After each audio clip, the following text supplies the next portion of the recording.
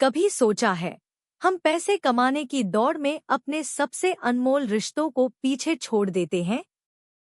लेकिन जब हमें उनकी सबसे ज्यादा जरूरत होती है, तब शायद बहुत देर हो चुकी होती है। आज की ये कहानी आपके दिल को छू जाएगी और सोचने पर मजबूर कर देगी कि असली दौलत क्या है, पैसा या अपने। अर्जुन एक मशहूर बिजनेसमैन था। वह दिन रात अपने काम में इतना व्यस्त रहता कि उसके पास अपने परिवार के लिए समय ही नहीं था। वह मानता था कि पैसा ही सब कुछ है। अपने माता पिता, पत्नी मीरा और बचपन के दोस्त रवि को वह ज्यादा अहमियत नहीं देता था। अर्जुन का बंगला किसी महल से कम नहीं था, लेकिन उसमें सुकून की कमी थी। घर में महंगे फर्नीचर, विदेशी कारें और हर ऐशो आराम था, पर उसके माता पिता एक छोटे से कमरे में रहते थे। बेटा, थोड़ी देर बैठकर हमसे बातें कर लिया करो। पर अर्जुन हंसकर कहता, पापा, बिजनेस बहुत जरूरी है। अभी मेहनत करूंगा, फिर आराम से रहूंगा। मीरा भी अर्जुन को समझाने की कोशिश करती, अर्जुन, माँ पापा बूढ़े हो रहे हैं, उनकी देखभाल जरूरी है। हम पैसे के लिए जी रहे हैं, लेकिन रिश्ते पैसे से नहीं खरीदे जा सकते। अर्जुन झुंझलाकर कहता, तुम औरतों की यही प्रॉब्लम है, इमोशनल हो जाती हो। बिजनेस नहीं करोगा तो कैसे जिएंगे? बचपन का दोस्त रवि कई बार मिलने आता, लेकिन अर्जुन हमेशा बिजी होने का बहाना बनाकर उसे टाल देता। अर्जुन के पिता की तबीयत दिन-ब-दिन बिगड़ रही थी। डॉक्टर ने कहा, इनका ज्यादा स्ट्रेस लेना ठीक नहीं, इन्हें खुश रखने की कोशिश करें। पिता ने अर्जुन से कहा, बेटा, मेरी एक ख्वाहिश है कि एक दिन तू मेरे साथ बैठकर खाना खाए, बस तुझसे बातें करूं। अर्जुन मुस्कुराकर बोला, अरे पापा, अभी बिजनेस टूर पर जाना है।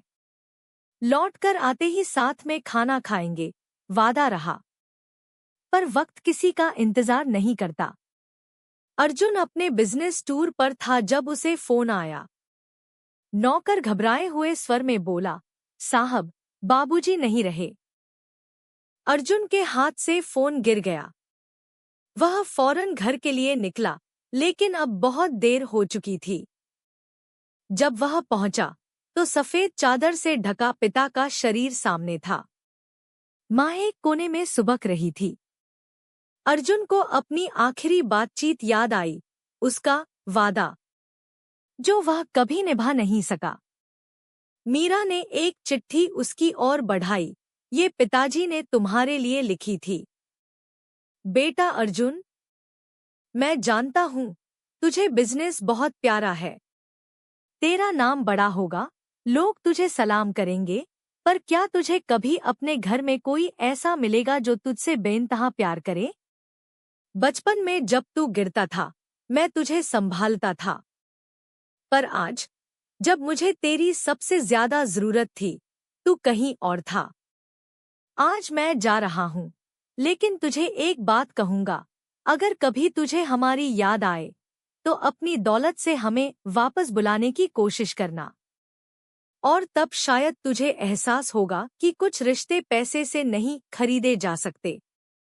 अर्जुन के हाथ कांपने लगे। उसे अपने किए पर पछतावा हो रहा था, पर अब वह अपने पिता को वापस नहीं ला सकता था। माँ की हालत भी बिगड़ रही थी। वह अर्जुन को देखकर बस एक ही बात कहती, बेटा, अब हमारे लिए समय निकाल ले। जो चला गया, उसे वापस नहीं ला सकते, लेकिन जो बचे हैं, उनकी कद्र कर सकते हैं। अर्जुन माँ के पास बैठ गया।